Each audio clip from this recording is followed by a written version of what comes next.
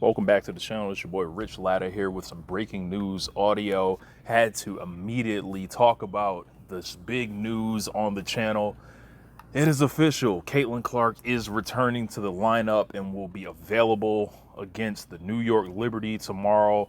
That is the last game that she played. Of course, before the quad injury, she missed a grand total of 5 games, which has seen, the Indiana Fever look to a varying degree, good at times and really bad at other times. Personally, I think this team has been kind of incomplete to judge, as they went 2-2 through the first 4 games, and in those 4 games, they had some close losses that were tough games. I was like, okay, cool, but then we got hit with the injury, with Caitlin missing the next 5. It was a real incomplete team that had a lot of people questioning, Stephanie White's coaching, the lineups that are being used, the style of play. I think we're going to get a more accurate look at who this team is going to be over these next 2 weeks to come. And it's not like it's going to be a walk in the park going against the Liberty, who I'm not sure if they're going to be without Jonquel Jones or not. But I feel like this is a game that the Fever want to get badly. I would go as far as to say it's the biggest game of the season thus far.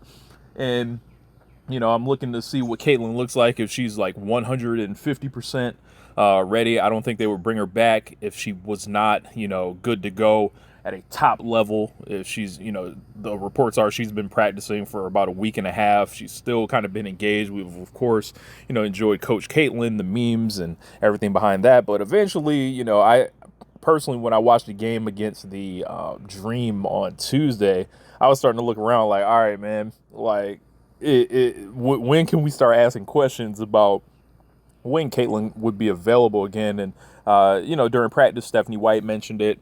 Sophie Cunningham also may be available as well, which is good. We get 2 rotational pieces. One of them, your generational talent. And I think, we've needed to kind of wait. There is a lot of extreme feelings in one way or another about, the direction of the team. How's it all going? I think there's still plenty of time for this Fever team to put its stamp on the standings and ultimately end where they're going to end up, for the end of the year.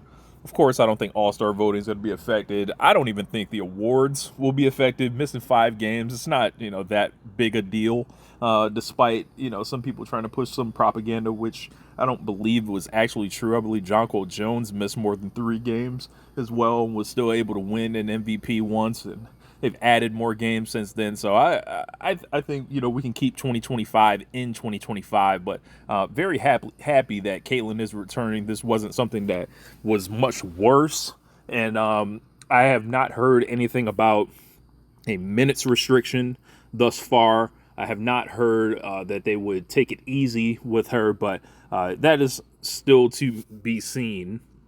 And I think that you gotta let her kind of, how do I say this? You gotta kind of let her test it. And I think they've ramped her up in practice, and you could have easily rushed her back for the Atlanta game, but I think they felt with the additional 5 days past that original 2-week diagnosis that they would get all the testing in throughout the week. And of course, you had to travel across the country a couple times.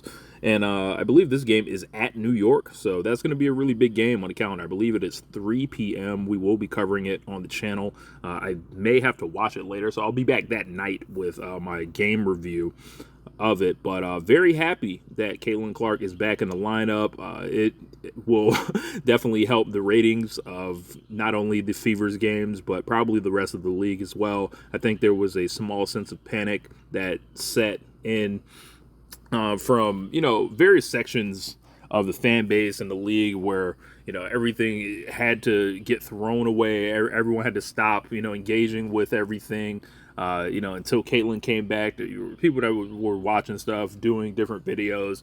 But I think that you don't want your biggest star ultimately out of the lineup for any amount of time, let alone, a month or 2 months. So it gave the WNBA a little preview of what the level of interest would be without her. But hopefully that's a future that they do not have to consider. And Caitlin Clark is here to stay and be a top star for a long time. So here I am talking about it like it's wrestling, but to be one of the best players. But I think anytime a team gets Caitlin Clark back, they're going to be that much stronger, and the WNBA is going to be that much stronger by proxy of getting Caitlin Clark back.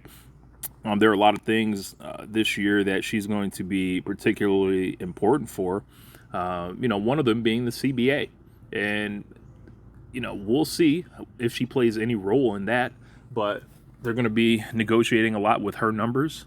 And, Nneka Ogwumike is going to have to, I think she's going to have to call Caitlin eventually. So, anyway, this is Rich. And I hope you guys are ready for essentially year two. We got a taste of it in the first 4 games, and we were very excited about everything Caitlin was doing, and it's time for her to really I think ascend and take that leap. And I hope that Stephanie White has a great idea of how to use her. I hope they would like to play fast. We need to get those 3-pointers going. We need to get this up-tempo offense. None of this walk-it-up stuff. None of the slow-down stuff. They already have, a pretty high-ranked offense throughout the year anyway, but we want that exciting style that I think drew so many of us to watch this stuff. So anyway, my name is Rich Latta. What do you think about Caitlin coming back in after 5 games? Do you think she's back too quick? Do you think they should have just let it ride? Or you thinking that this is the perfect time to come back? I want to know. Let me know. I'll holler at you guys. Peace. This is Rich Latta, One Lifetime.